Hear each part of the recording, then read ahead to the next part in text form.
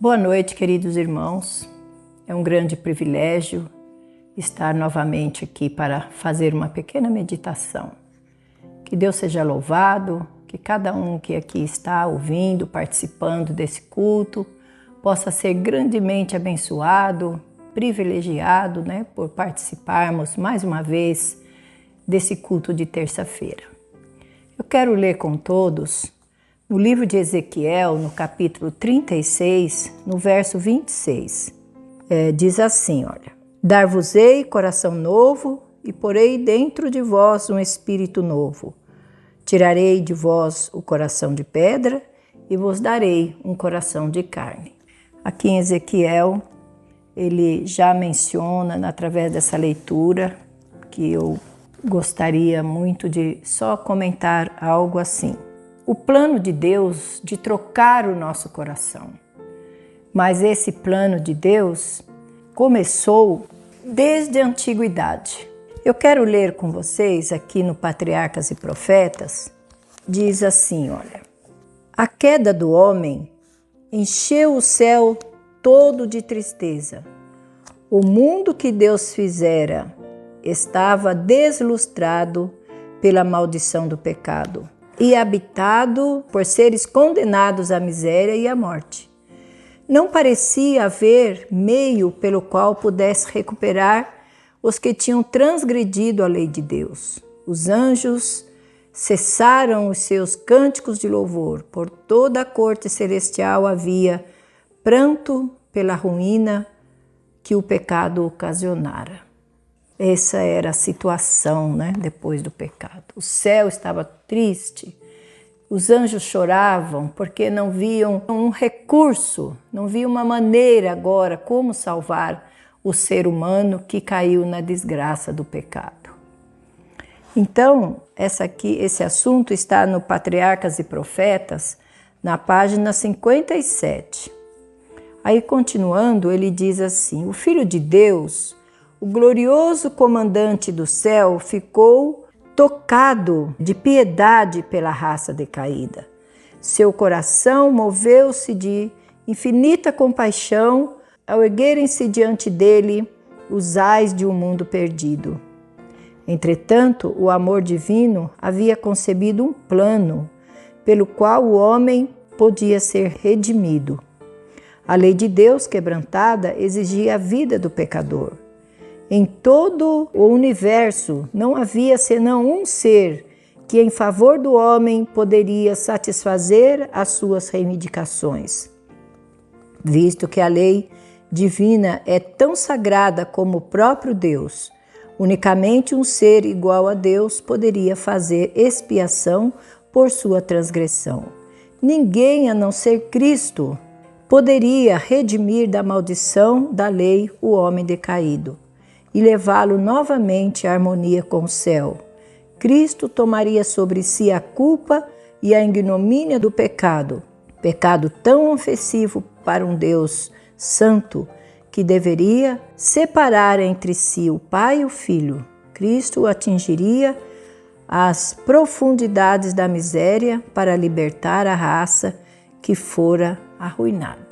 Podemos concluir, nós podemos imaginar a tristeza do céu, porque o plano da criação do universo foi uma grande festa, uma grande alegria. E agora estava todos tristes porque o homem se deixou levar pelo plano de Satanás. E agora só haveria uma maneira de salvar o homem. Assim como a sentença era: se você comer do fruto, certamente morrerás. Então essa era a ruína, a morte era a única coisa que justificava, que ia resolver o problema.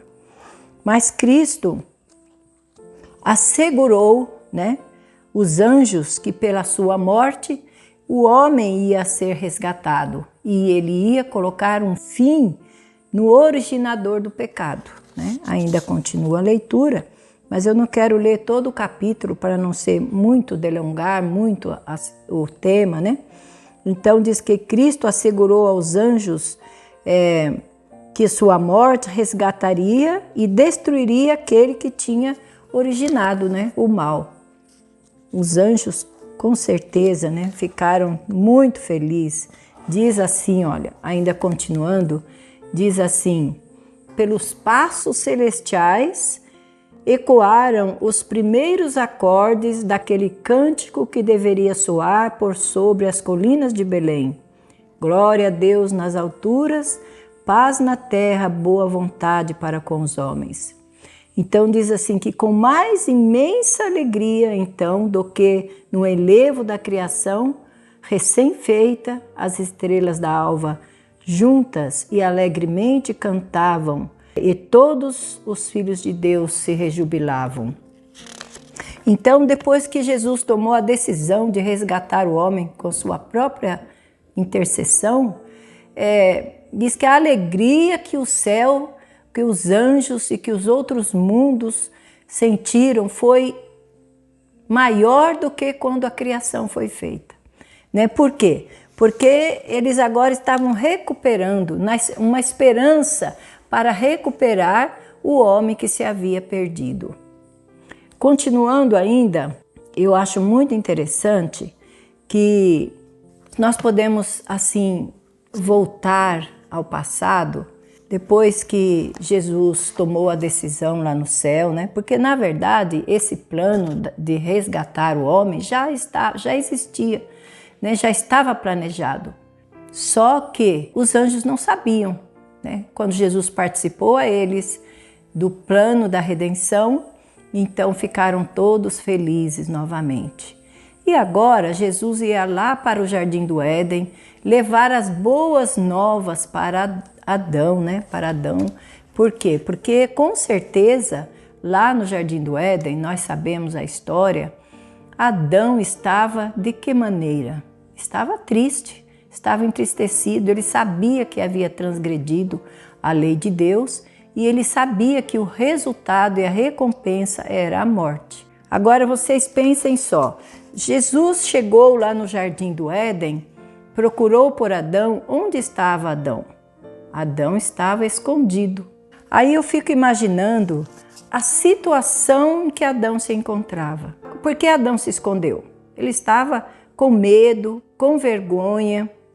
E nós sabemos que o medo gera no nosso organismo uma carga muito grande de cortisol, aliado a outros hormônios, né? O medo faz com que ou você enfrente o mal ou você se esconda do mal, ou você luta ou você foge, né?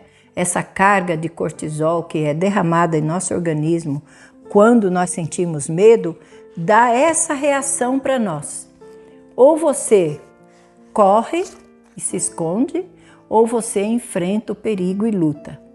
Adão estava numa situação de medo, de expectativa, né? Esperando receber uma sentença de morte, porque isso foi o que foi dito, né? Se você comer, certamente morrereis. Embora a serpente tinha dito para ele que ele não ia morrer, ele ia se tornar mais sábio, mas ele percebeu depois que ele comeu o grande erro que ele cometeu. E Adão se escondeu junto com a sua companheira. E agora Jesus chega no Jardim do Éden, né, e chama por Adão, e Adão está escondido. E o mal, esse excesso de adrenalina, de cortisol e de outros hormônios que o nosso organismo fica sobrecarregado, ele faz com que nós inventemos desculpas para o mal que fizemos. E foi isso que Adão fez, né? Quando Jesus o chamou: Adão, onde você está? E ele diz: eu estou aqui, eu me escondi. Mas por que você se escondeu, Adão? Porque eu estava nu. Mas quem te mostrou que você estava nu? A mulher que tu me deste, essa mulher me deu do fruto e eu comi. Então, quando nós estamos com medo, estamos na expectativa de algum mal, a gente começa a inventar desculpas para diminuir o nosso medo, a nossa culpa. E foi isso que Adão fez. Mas Jesus, Ele não foi lá no jardim para lavrar a sentença de morte de Adão. Ele foi lá no jardim contar para ele que havia sido elaborado um plano para ele ser redimido. E aí diz assim, olha, para o homem, a primeira indicação de redenção foi dada na sentença pronunciada sobre Satanás lá no jardim, quando Jesus declarou, né, em Gênesis 3,15, Jesus declarou o seguinte, porém inimizade entre ti e a mulher, entre a sua descendência e a tua descendência. Então, Jesus declarou que daquela data em diante, o cristão seria inimigo do Satanás e vice-versa.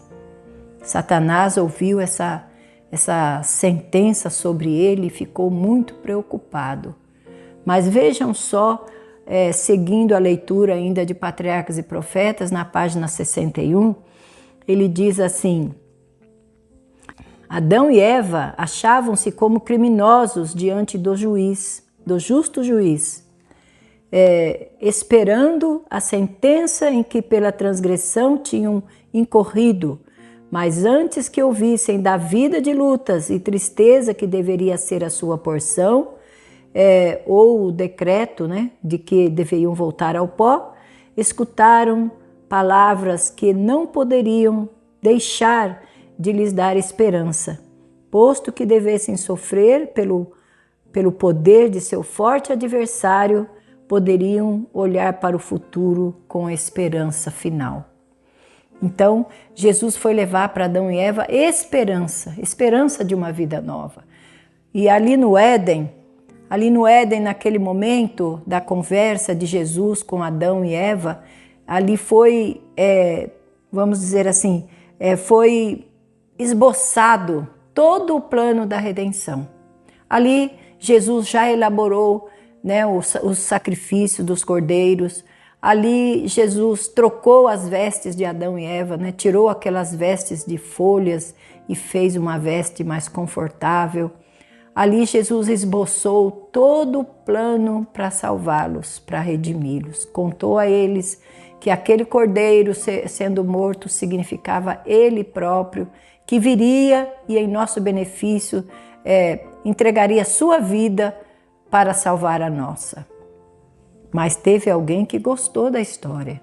Satanás, ouvindo que Jesus, né, ao Jesus estar explicando a Adão e Eva o que é que ia acontecer, como é que eles iam ser redimidos, Satanás achou que agora o plano vai dar mais certo.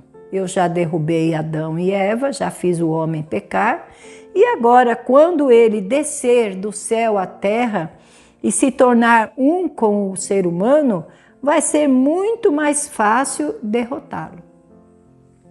E assim ele diz que a terra toda será para sempre dele, né? Ele não ia conseguir salvar o homem. Diz, se vocês quiserem ainda entender melhor, continue a leitura na página 62, que vai dizer, isso que eu acabei de falar para vocês. Então, Jesus ali delineando o plano da salvação, ele contou, né, explanou, né, abriu para ele todo o plano que estava para ser desenvolvido, né? E agora falou das ofertas, né, sacrificais, que ele era o Cordeiro de Deus que ia tirar o pecado do mundo, e assim todo o plano foi esboçado ali. O céu e os outros mundos ficaram maravilhados de ver que seu comandante iria deixar o céu, seu trono, o seu posto de comandante e vir aqui nessa terra para morrer, para se humilhar. Mas ainda eu acho mais importante quando nós lemos lá em Isaías 53. Eu acredito que se Jesus viesse aqui a esta terra e tomasse um lugar, vamos dizer assim, Jesus escolhesse não vir como um bebê da manjedoura de Belém e não ser uma família morando na área campestre de Nazaré, se ele viesse lá nos palácios dos reis como alguém importante, né, que ele tinha direito de ser, mas não, ele tomou a forma do homem no seu estágio mais humilde possível. Então, olha só o que os céus e os outros mundos ficaram ainda muito mais maravilhados de ver tudo isso, né? Aqui em Isaías 53, o capítulo todo, mas eu quero ler apenas do verso 1 até o 7. Né? É um capítulo muito conhecido, é um capítulo muito indicado, mas diz assim: quem creu em nossa pregação e a quem o Senhor foi revelado? Porque foi subindo como renovo perante ele, e como raiz de uma terra seca, não tinha parecer nem formosura. Olhámo-lo, mas nenhuma beleza havia que nos agradasse. Era desprezado, o mais rejeitado entre os homens, homem de dor e que sabe o que é padecer. E como um de quem os homens escondem o rosto, era desprezado e dele não se fizeram caso. Certamente, ele tomou sobre si as nossas enfermidades e as nossas dores levou sobre si, e nós o reputamos por aflito, ferido de Deus e oprimido. Mas ele foi transpassado pelas nossas transgressões e moído pelas nossas iniquidades. O castigo que nos traz a paz estava sobre ele. É um capítulo que esboça, né, que deixa assim bem claro como foi essa parte tão dolorida para Jesus do plano da redenção. Isaías 53 mostra que Jesus, ele escolheu o lado mais frágil da humanidade para vir. Ele mostrou que não era pompa nem riqueza. Ele mostrou que o orgulho, as vaidades, a luxúria, nada disso é importante para a nossa salvação. Mas o mais importante é receber a Jesus, né? Jesus veio não para mostrar grandeza, mas para mostrar que a humildade é a parte mais aceitável pelo céu. Nós podemos ver que a redenção, o plano da redenção, ela é um trabalho interno que Deus, né, que era o plano de Deus, primeiro era transformar o coração do homem, fazer do homem um coração humilde, uma pessoa que se convertesse, olhasse para Jesus na cruz do Calvário e fosse movido, tocado por esse amor tão intenso que decidiu salvar o pecador num estado lamentável, né, em que nós nos achamos. E aí nós podemos ver que como a salvação, nós somos salvos pela fé, quando olhamos a Jesus, aceitamos o seu grande sacrifício, sem ter nada que pagar, sem dar nada em troca, simplesmente pelo crer, nós somos salvos. Agora, nós vamos ler alguma coisa que denota que é-nos impossível por nós mesmos escapar ao abismo do pecado. Nós não temos capacidade para nos libertar de nada. Nós somos fracos, nós somos miseráveis e nós não temos capacidade nem não temos poder. Aí aqui em Filipenses, capítulo 1, verso 6, diz assim, olha, tendo por certo isso mesmo, que aquele que em nós começou a obra, a aperfeiçoará até o dia de Jesus Cristo. Então, quem começou a obra em nós? Jesus. Quem pode terminar a obra em nós? Jesus. Ele é tudo para nós. Ele é o início e o fim da nossa jornada. Quando nós iniciamos a nossa jornada olhando a cruz, compreendendo que nós somos salvos por amor, Cristo veio nos salvar porque nos ama, Não é como nós. Cristo não tem um coração como o nosso. O seu coração é um coração divino. E aí, quando olhamos e compreendemos e aceitamos Jesus como nosso Salvador, Jesus é o nosso Criador, é o nosso Salvador, é o nosso Redentor e é o nosso mantenedor. Ele é tudo para nós. Diz aqui no Caminho a Cristo: quem do imundo tirará o puro? Ninguém, né? A inclinação da carne é inimizade contra Deus, pois não é sujeita à lei de Deus, nem em verdade o pode ser. A educação, a cultura, o exercício da vontade, o esforço humano, todos têm sua devida esfera de ação, mas neste caso são impotentes. No caso, para mim, me salvar, me libertar, santificar o meu coração, nada disso consegue fazer uma mudança no meu coração, né? E tudo isso tem uma função na nossa vida, que nós vamos ver, né? Então, o que é que nós podemos deduzir? A fé genuína é a única coisa que nos faz chegar até Cristo e a crer no seu amor e aceitá-lo como nosso Salvador. Diz a fé, mas a fé se manifesta como? Através das boas obras. Diz aqui no Mensagem Escolhida 397, diz: a fé genuína se manifestará em boas obras, pois boas obras são frutos da fé. Então, como é que eu posso dizer que creio, que aceitei Jesus como meu Salvador, se as minhas obras não correspondem à minha profissão de fé? Não é? Diz assim: é pela contínua entrega da vontade, pela obediência contínua, é que se retém a bênção da justificação. Por quê? Quando eu aceito Jesus, eu recebi uma bênção imerecidamente, sem precisar dar nada em troca, sem precisar fazer nada, apenas o exercício da fé pode manter que essa graça para mim. Eu posso me manter nos caminhos, eu posso continuar sendo justificado todos os dias. Então, a obra da salvação é uma obra que começa de dentro para fora. Começa no coração. A obra da salvação, primeiro, se ela não vier de dentro para fora, não se consegue fazer nada. Por quê? Porque nós somos vencidos pela nossa carne. E só através da fé e na confiança do amor de Jesus, nós podemos dar continuidade ao plano da redenção.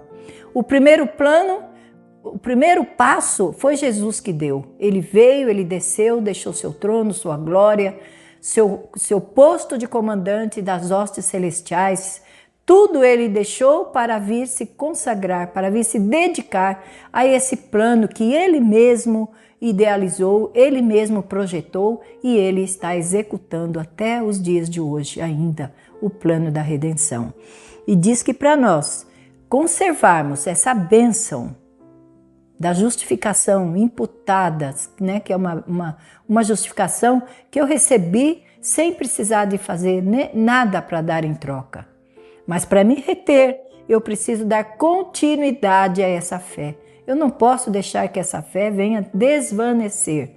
As minhas ações, tudo que eu tenho de bom, né, que fala aqui cultura, educação, né, o exercício da vontade, o esforço humano, tudo isso vai valer agora. Vai valer agora porque isso eu posso fazer para manter-me no caminho da redenção. E aí o verdadeiro caráter, né, se molda por fora. Mas da onde ele vem? Diz aqui no Desejar de Todas as Nações, 288, só 2 linhas, diz: o verdadeiro caráter não se molda exteriormente, aliás, né? Ele irradia do interior. É de dentro para fora que se nota o caráter de cada um. Por mais esforço que podemos fazer, vindo de nossa própria vontade, toda mudança que nós queremos fazer, mas se não vier lá do coração, for feita por amor, por dedicação, por um amor nutrido através da compreensão desse grande plano de Deus para nós, não vai perseverar. Uma mudança na vida, ela é gerada através desse amor que Jesus colocou dentro de nós. Quando nós lemos lá em Ezequiel 36, 26, que diz assim, Deus diz, né, Jesus, ele diz, eu tiro o seu coração de pedra e coloco um coração de carne. Só Jesus pode fazer isso. Eu tirarei seu coração de pedra e vou colocar um coração de carne. Mas nós temos que querer, temos que nos colocar nas suas mãos, né? Fazer essa entrega aqui, olha. Uma entrega contínua, todos os dias. Nós temos que nos entregar a Jesus para que essa bênção da justificação possamos retê-la em nossa vida, né? Então, se nós formos fazer a nossa vontade, o que é que vai acontecer? Nós vamos ficar sempre dando volta, né? Não vamos fazer nada. Diz, não há evidência genuína de arrependimento, a menos que se opere uma reforma, né? Uma reforma na vida. Quanto mais perto nos achegarmos de Jesus, né? Está lá no Caminho a Cristo esse trecho. Quanto mais perto nos achegarmos de Jesus, tanto mais cheio de faltas parecereis aos vossos próprios olhos, para que vossa visão seja mais clara e vossas imperfeições se verão em amplo e vivo contraste com sua natureza perfeita. Nós vamos ver que nós precisamos de uma constante ligação com Cristo para que Ele possa fazer uma transformação na nossa vida, na nossa maneira de viver. E aí, essa mudança começa a irradiar de dentro para fora. O cristão visto do lado de fora. Como que pode ser, né? Se nós, diz aqui, os que são justificados pela fé devem ter no coração o desejo de andar nos caminhos do Senhor. Se eu não tenho esse desejo de andar nos caminhos de Deus, de trilhar a trilha que Ele programou para mim, então é porque eu não tenho ainda esse amor no meu coração.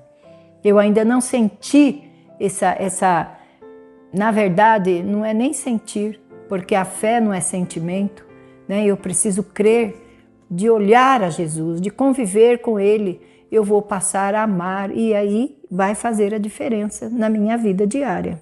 Porque, diz assim, a fé que não produz boas obras não justifica a alma.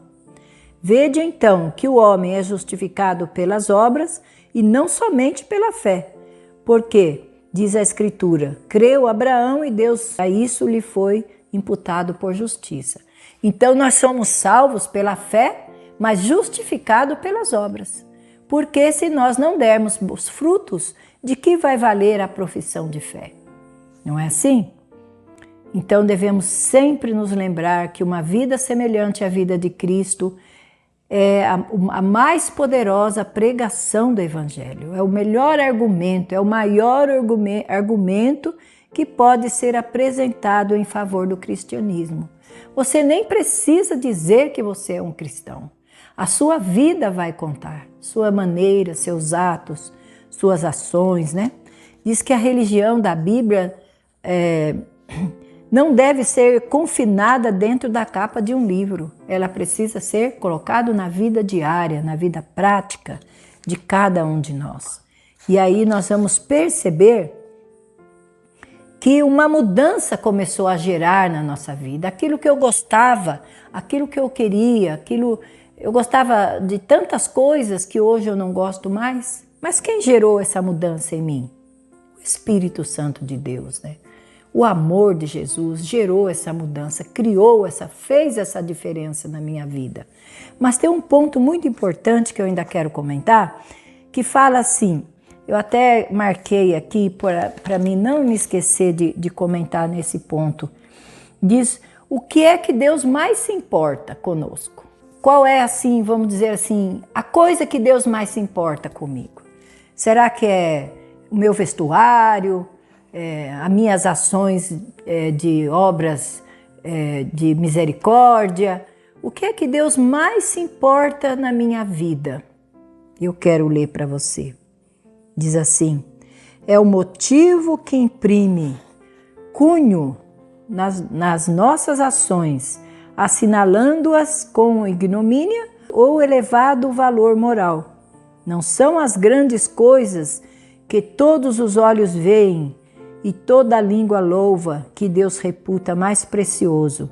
Os pequeninos deveres cumpridos com contentamento, as pequeninas dádivas que não fazem vista e podem parecer destituídas de valor aos olhos humanos, ocupam muitas vezes diante de Deus o mais alto lugar. Um coração de fé e amor é mais precioso para Deus que os mais custosos dons. Então, tudo que eu faço, tudo que eu penso, como eu ajo, como é a minha vida, o mais importante para Deus são as intenções que eu faço tudo isso. Se eu dou uma esmola, se eu ajudo um pobre, se eu faço um tratamento natural em alguém, como é meu dia a dia, como eu me levanto, como eu me deito, como eu passo o dia. Tudo isso é anotado pelos anjos ao nosso redor. Cada anjo anota não só a ação, mas a intenção da ação. Isso é mais importante do que tudo. E isso para Deus é muito importante.